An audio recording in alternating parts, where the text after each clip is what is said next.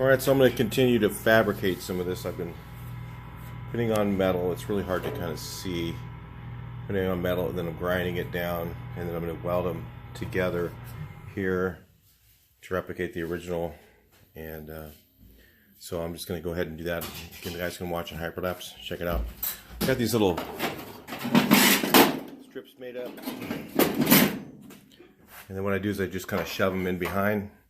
So they're laid in behind. It's not just butt welded, it's laid in behind so it's easier to weld. And I just run a bead right down there. And I'll just put another little piece in here. And then I'll put this little piece up here, you know. And then when I get all done, I'll fill all that and it'll look great. So I'll let you guys check it out. Keep watching.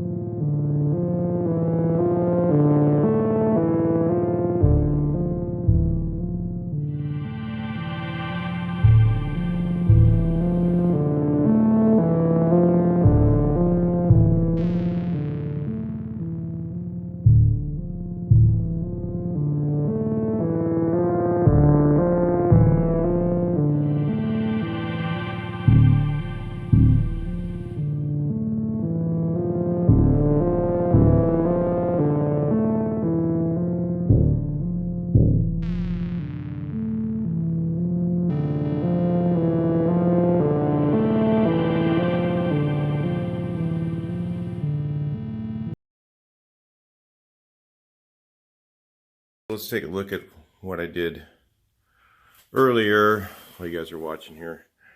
I've done this side.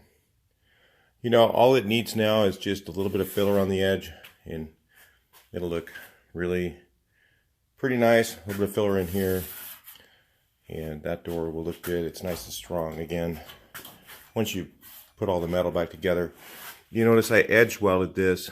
Man, that Harbor Freight welder is so nice for doing this. I mean, honestly, it's better than my other one, of course, and for doing this type of work. And it's really easy to control. I could get a nice, just penetrate enough on there and get it nice and weld between the two pieces and not burn, you know, a hole in it. So easy to do compared to on my other one. I would have a mess, probably some holes to fix and stuff like that. This thing, it just really makes it very easy. If you don't have one and you are thinking about buying one of those welders, just stop thinking, go down and buy it. You'll be so happy. Another guy just commented that he bought one and he's like blown away too. He's like, dude, that thing really works good. I'm like, yeah, it's amazing. It's actually amazing for the price.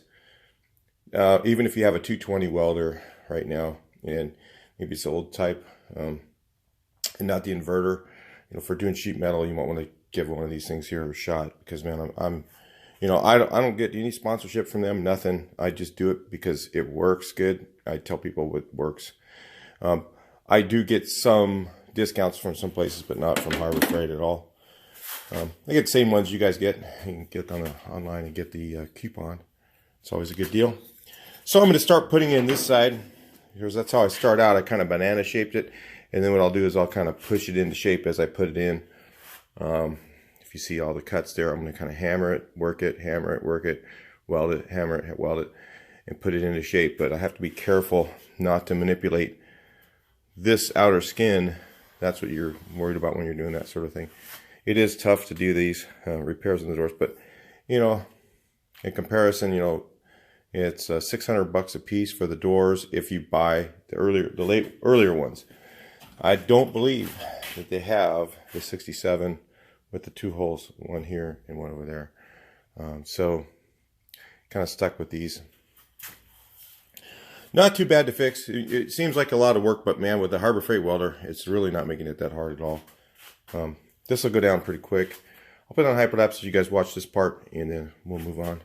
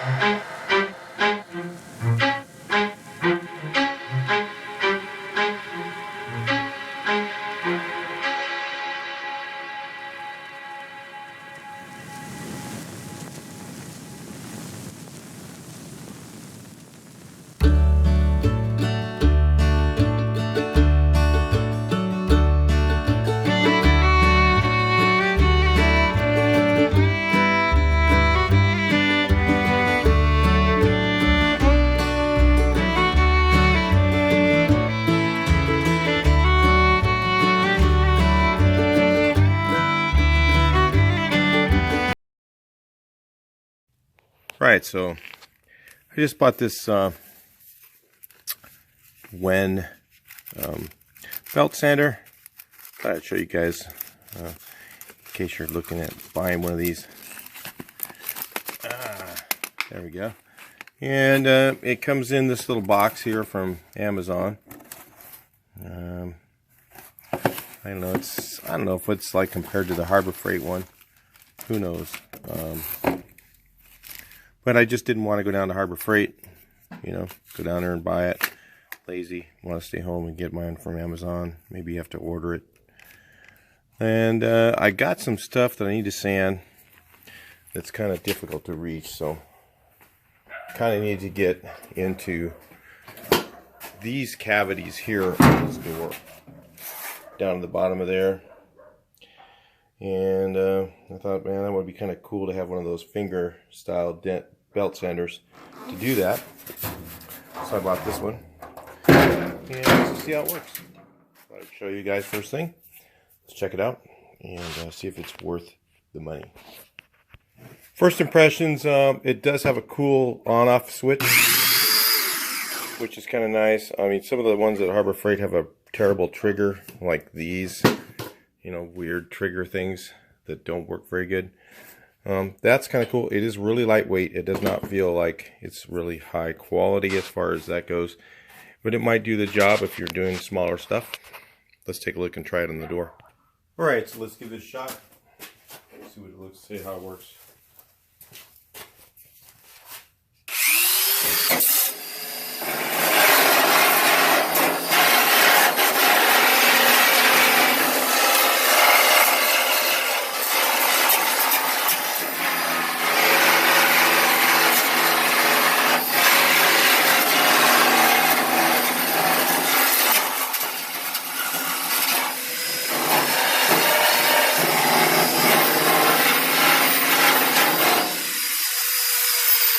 Well, it works pretty good. The belt hasn't flipped off of it yet. I think that's the only thing I'd be worried about. I did see a review on this, and so I noticed you push this in, and it's real easy to take the belt off. And then there's something about putting it back on that's a little bit difficult. Let's look at that. So putting it back on, I guess there's a thing underneath here where you have this guide. If you can see that. You have to pull this thing off. And then, well, actually you could reach it by putting your finger through the button, through the hole, maybe on it. I don't know if I'll ever use this. As for a vacuum. I mean, I guess you could keep it. It would be nice to have because, like, let's say you were doing something inside your house, and you just push this button, and that brings back the belt. Tighten it up. Thought that was kind of neat. It is variable speed. Goes down to slow speed. I had it on high there. Let's try it on low.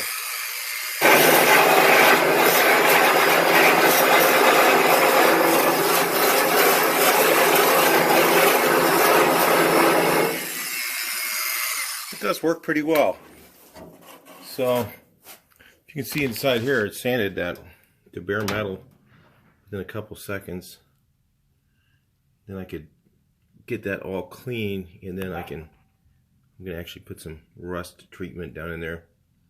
But I wanted to get it clean. If you can see the edge here, it's kind of gone. The metal's kind of shot. So I'm going to do that and then put some seam sealer down there. I just couldn't see how bad it was, so I wanted to clean it up real quick. And I thought I would get one of these things. Kind of a handy tool. I would prefer this over the pneumatic one. Like, say we're going to look at these and you want a pneumatic one. You may not have enough, just something to consider, you may not have enough air pressure or air volume to run a pneumatic one. So the electric ones are kind of nice, and you can use them in places where you don't have air. So that's why I wanted the electric one. It is lightweight. It is nice. It is lightweight. It will probably do the job for me. Don't figure it's going to be some super heavy duty thing. It's not. So anyway, I just thought I'd make a quick review on this. The Wind sander this is from Amazon. About what, 45 bucks or something like that. Depends on where you buy it. I did notice that there was a scam guy selling these. There's some websites that what they do is they buy it, and I don't know how they do it, but they do something to scam Amazon. So be careful with those other websites that sell this. Actually check the phone numbers. If you're looking at one of those websites, call the phone numbers and see if they're legit. I did order one through one of those places, and I did not get it, and I had to go back and try and get my refund, which I'm in the middle of doing right now, which I'm sure I will be able to from PayPal. But I did order another thing from the same website, and it came in, but then this thing got rejected. I guess they scammed something, and they do something to get Amazon to, do a freebie or something like that, and it didn't come through. So beware of that. Talk to you in the next video. Please like, share, and subscribe.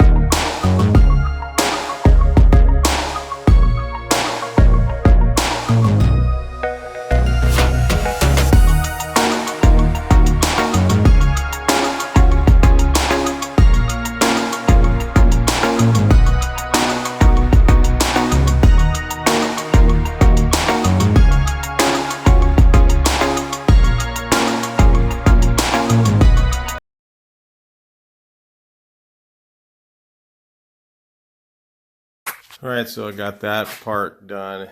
These things all look terrible right now until they're filled.